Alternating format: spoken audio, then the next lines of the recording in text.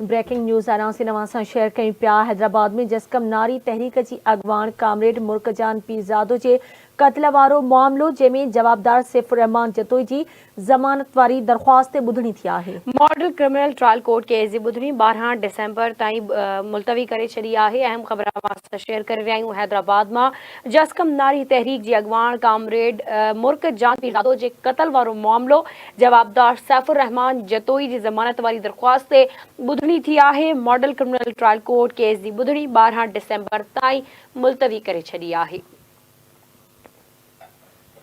एक भेरो ॿीहर अवांखे आगाह कयूं पिया। ब्रेकिंग न्यूज़ आहे हैदराबाद में जस्कम नारी तहरीक जी अगवान कामरेड मुर्कजान पीरजादो जे क़त्ल वारो मामलो जवाबदार सैफुर रहमान जतोई जी ज़मानत वारी दरख़्वास्त ॿुधणी थी।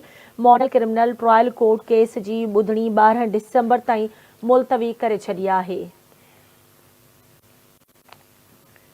हैदराबाद में खबर है जिथे जस्कम नारी तहरीक जी अगवान कामरेड मुर्कजान पीरजादो जे क़त्ल वारो मामलो जवाबदार सैफुर रहमान जतोई जी ज़मानत वारी दरख़्वास्त ॿुधणी थी आहे। Model criminal trial court case जी ॿुधणी 12 डिसेंबर ताईं मुलतवी करे छॾी।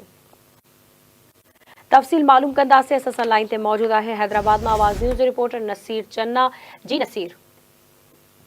जी जिसको नारी तहरीक कामरेड मुर्कजान जो मुबैना क़त्ल वारो मामलो आहे केस में नामज़द जो जवाबदार हुयो रहमान जतोई हुन जी ज़मानत वारी दरख़्वास्त ते first additional modern criminal trial court जी अदालत में ॿुधणी थी आहे। तंहिं दौरान जवाबदार सैफुर रहमान शफ़ीक जतोई ऐं मुर्कजान जो जेको वालिद आहे जान मोहम्मद हुनजे चाचो हकीम कुरैशी ऐं जस्टिस मकान दीदार शाम नवाब बुर्दी ऐं ॿिया अदालत में पेश थिया। मुर्कजान जी दोस्त सां वकील जो मीर अहमद मंगरियो अदालत में वकालतनामो जमा करायो ऐं अदालत के तारीख़ जी इस्तदा करी जे बाद अदालत वकील जा दलील ॿुधण खां पोइ ॿुधणी जेका आहे उहा 12 डिसेंबर ताईं मुलतवी कई आहे। मुर्कजान जे वालिद जो इहो चवणु हो त न्याणी जे केस में पुलिस कंहिं बि क़िस्म जो अञा ताईं तावन नाहे कयो, हिन सां काई कार्रवाई कई आहे। मां अदालत मां इंसाफ़ जी उमेद रखां थो। मूंखे उमेद आहे त अदालत मुंहिंजी न्याणी जे खून सां इंसाफ़ करे। जी ठीक है, मुझी मेहरबानी नसीर अपडेट करण लाइ।